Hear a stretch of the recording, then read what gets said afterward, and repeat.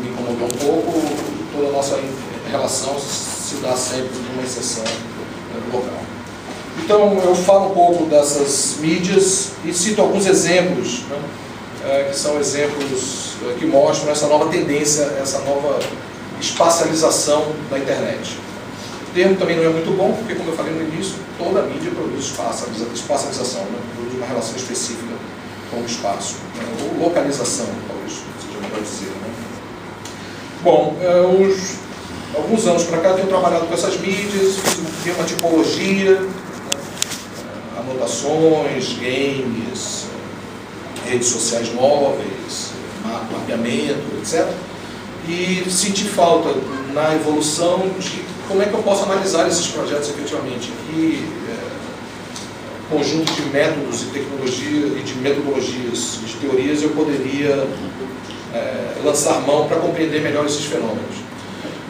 E como há acho que na realidade nós, trabalhando com tecnologias de comunicação, a gente está muito voltado sempre à discussão das materialidades e da discussão das redes, né, de atores, os actantes, não vai falar o ator, pensando de como é que o suporte, né, conta muito para que a gente possa analisar os fenômenos. Então, me pareceu interessante pensar a partir das teorias da materialidade, que na verdade não são bem uma teoria, né, bem configurada, mas um conjunto de autores, uma espécie de ressaca de um viés hiperinterpretativo, né, conhecido também como uma teoria não hermenêutica, de pensar, não de não interpretar as coisas, mas passar pela análise dos dispositivos, da relação corporal, da relação física com o contexto, para pensar efetivamente a interpretação desses fenômenos. Então, no primeiro momento, me pareceu muito interessante entender isso. O lugar, não apenas como um reservatório, mas também como uma dimensão que efetivamente faz parte e influencia diretamente nessa relação, assim como o dispositivo, né? É diferente ler um livro impresso, num computador, num tablet, num palmo. Então, como é que essa relação se constitui, né?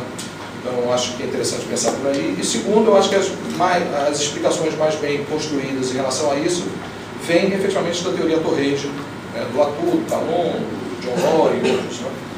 Que tentam aí efetivamente compreender melhor, seria uma espécie de filosofia da técnica, no fundo, né? Essa relação entre actantes humanos e não humanos. Então, para pensar essa tipologia, eu comecei a propor como hipótese, eu tenho muita certeza, efetivamente, é uma hipótese, por isso que é uma pesquisa, né? Então, estou aqui apenas para confirmar aquilo que eu já sei, mas efetivamente lançar questões e tentar ver se isso funciona ou não. Então, eu pensei que uma ideia interessante era pensar que cada um desses projetos convocam modos específicos de mediação. E que eu estou chamando esses modos, identifiquei 5 modos que eu estou chamando de escrita, escuta, visibilidade, sociabilidade, acesso e lúdico. E tento explicar cada um desses. Levando em conta, de novo, também um tema que eu já tinha trabalhado anteriormente, a ideia do lugar, a gente tem que pensar o lugar como fluxo de diversas territorializações, diversas formas de controle, no qual uma nova instância se configura aqui. Então, aqui agora, por exemplo, se você quiser entrar na internet, eu pedir a senha lá para entrar na internet, mas me disser, não, você tem que cadastrar o seu computador. Então, esse lugar aqui, né, nós temos toda a instituição, as regras das instituições, a relação pessoal entre cada um, os limites entre cada coisa, e, além disso, esse lugar também se transforma a partir dessa nova camada, eu estou chamando de território informacional, que é uma camada de controle, efetivamente. Então, tem o território com controle entre fronteiras. Então, um lugar se constitui por essa tensão entre diversas territorializações. Então, nós temos mais uma, que é efetivamente essa informacional. Então, temos que pensar o lugar também como banco de dados, né? De uma forma mais violenta, talvez. Então, teríamos modos específicos de mediação a partir do que eu faço com esses dispositivos, né? Então, se eu posso escrever algo sobre o espaço eletronicamente, posso identificar onde estão os meus amigos e criar relações localizadas, não é um chat, mas são relações que vão se configurar no espaço urbano. Posso jogar, etc. Então, eu chamo de modo a forma de relacionamento com o mundo, as formas de interação e comunicação, e que a mediação é justamente esse diálogo, né? E esse diálogo vai ser feito entre diversos atores. Por isso a ideia, a teoria, a Torrede me ajuda nisso. Eu não penso apenas o sujeito como o centro, né, das ações ou a causa. Né? Há uma delegação muito grande desses para outros elementos que são não humanos. Ou seja, ao passar pelo pão de açúcar, por exemplo, né, o meu dispositivo pode receber uma informação sobre o pão de açúcar. Então, como se eu delegasse àquele actante, né, uma ação que vai interferir na minha relação ao me locomover e ao passar por aquele lugar. Eu posso conhecer a história. Né? Então, eu cito alguns exemplos aqui mais à frente. Então, a espacialização, essa produção social dos lugares. No fundo, eu acho que o Latour ajuda muito nisso. Tem textos muito interessantes. O espaço é uma entidade muito abstrata. No fundo, a constituição dessa ideia de espaço muito genérica, mas só mesmo nessa interrelação local. Né? E nossa ideia se constitui por essa navegação entre lugares. Né?